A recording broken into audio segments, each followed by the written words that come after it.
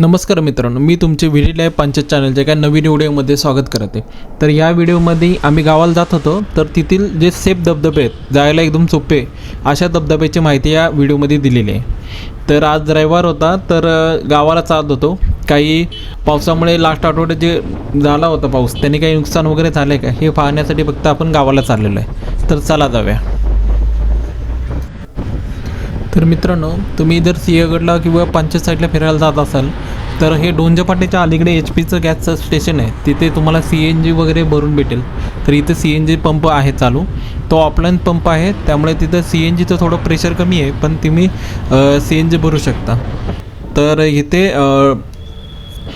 हा आहे डोंजे फाट्याचा चौक। इथून जर तुम्ही सरळ गेलं चाललेलो आहे कडला जातो आणि आपल्याला पंचायतला जायचं आहे, तर उजवीकडून तुम्ही वळून सरळ जायचं, तर हा रस्ता पंचायतला जातो।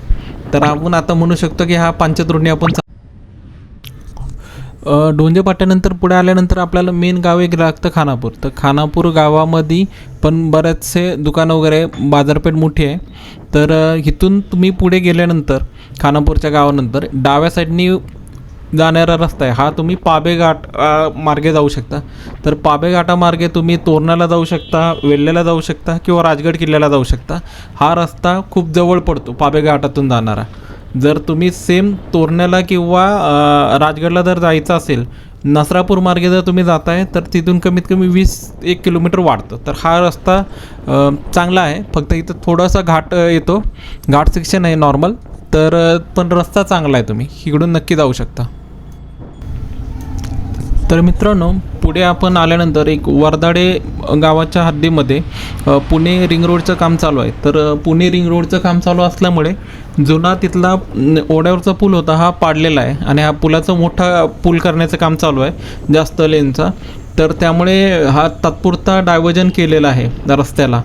तर या रस्त्याला तुम्ही मागे ज्यावेळी पाऊस होता त्यावेळी हा 2 दिवस रस्ता बंद होता, कारण की रस्त्याला डायव्हर्ट करताना जे त्याची हाईट आहे ती कमी केलेली आहे रस्त्याची, आणि ते पाईप टाकलेले, तर त्याच्यामध्ये पाणी जे वाढतं पाणी ते त्यातून पूर्ण पास होऊ शकत नाही, त्यामुळे ह्याच्या वरनं रस्त्याच्या वरनं पाणी जात असतं, त्यामुळे हा रस्ता मध्ये मध्ये बंद असतो ज्यावेळी जास्त पाऊस येतो, पाणी येतं।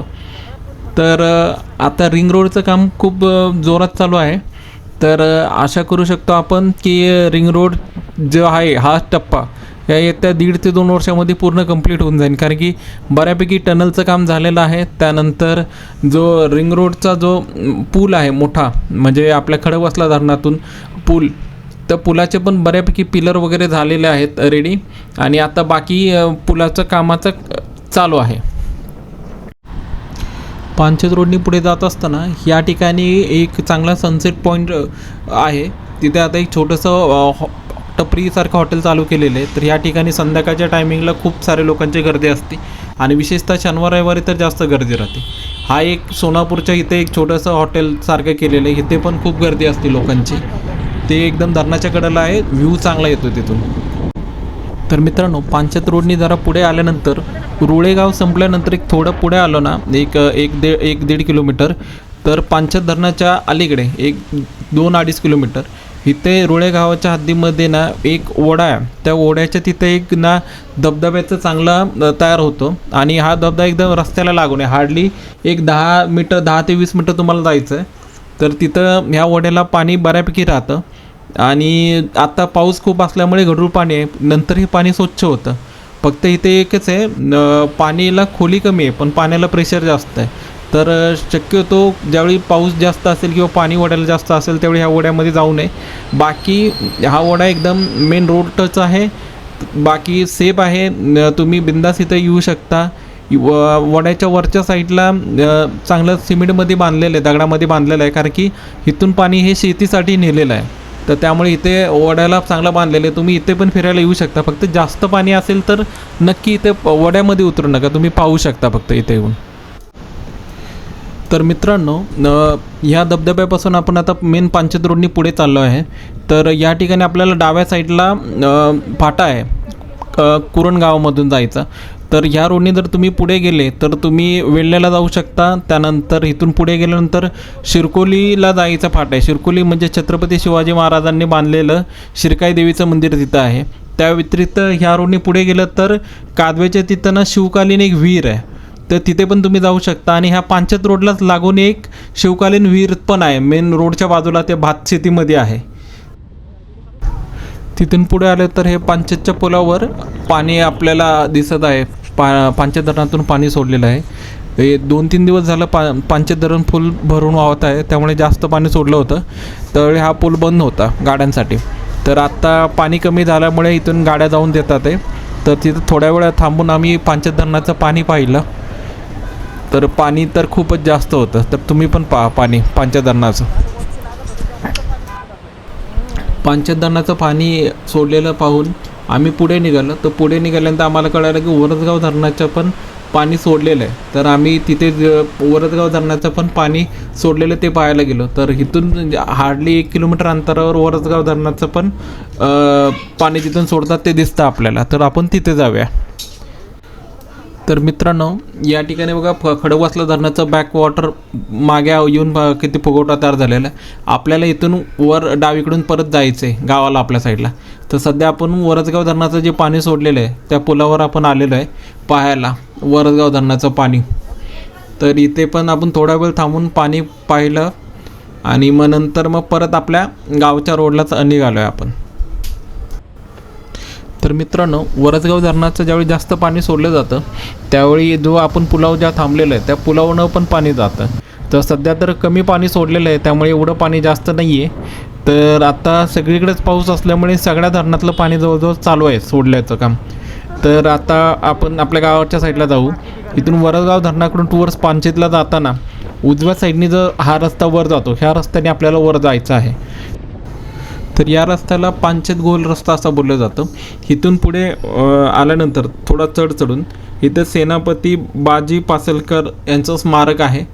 तर इथूनच आपल्याला डाव्या साईडने वर जायचं आहे. तर इथे पुढे गेल्यानंतर पांचत बोटिंग येते. पांचत बोटिंगपासून पण आपल्याला सरळ जायचं आहे. साधारण पांचतपासून एक आपल्याला 18-19 किलोमीटर इथून पुढे जायचं आहे आपल्या गावासाठी. तर गावाला जाताना इथे आता प्रत्येक 500 मीटरवर तुम्हाला धबधबा, ओढा, वॉटरफॉल दिसतील. पण त्यातल्या त्यात आपल्याला जे सेफ वॉटरफॉल आहेत तेच तुम्हाला दाखवते. तर तुम्ही समोर पाहू शकता एक वरनं पडणारा एक मोठा धबधबा दिसत आहे, पण तो वर डोंगरामध्ये आहे. त्यानंतर हे ओढ्याला पण बघा प्रत्येक ठिकाणी पाणी आहे. तर ह्याला पण वर गेलं तर तुम्हाला नक्की एखादा वॉटरफॉल 100% दिसणार तुम्हाला.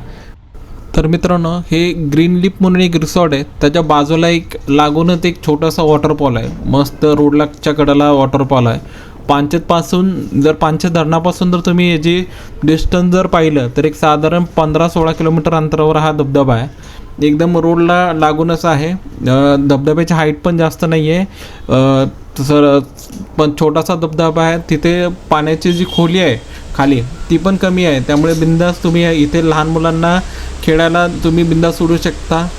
इथे ह्या धबधब्याला खूपच जास्त पाऊस असेल तरच मोठं पाणी असतं, नाहीतर ह्याला पाणी एवढं काही जास्त नसतं. तर हे एकदम सेफ धबधबा आहे. आणि जर तुम्ही जर रस्त्यापासून जर हा पाहिला तर साधारण रस्त्यापासून एक साधारण 10 मीटरवरच हा धबधबा आहे. तुम्ही गाडी वगैरे पार्क करून इथे जाऊ शकता. बाजूला हॉटेल पण आहे, तुम्ही नक्की हा धबधबा एन्जॉय करू शकता. ह्या धबधब्याचं लोकेशन जर तुम्ही बघितलं तर कोशमगीर गाव संपल्यानंतर बालोडी गावाचं जे हद्द आहे, तर हा बालोडी गावाच्या हद्दीमध्ये हा धबधबा येतो. द ग्रीन लिप रिसॉर्टच्या बाजूलाच हे धबधब्याचं लोकेशन आहे. तर तुम्ही नक्की ह्या धबधब्याला व्हिजिट करू शकता. हा पण एक खूप सेफ असा धबधबा आहे. तर आता इथून आपण पुढे जाऊ आपल्या गावाकडच्या साईडला. तर तिथं पण एक धबधबा आहे मेन रोडला टच, तो पण तुम्हाला दाखवतो.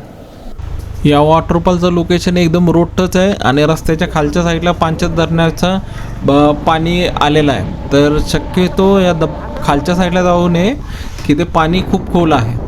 तर इथे पण पाहू शकता ह्या ओढ्यांना प्रत्येक ओढ्याला पाणी आहे.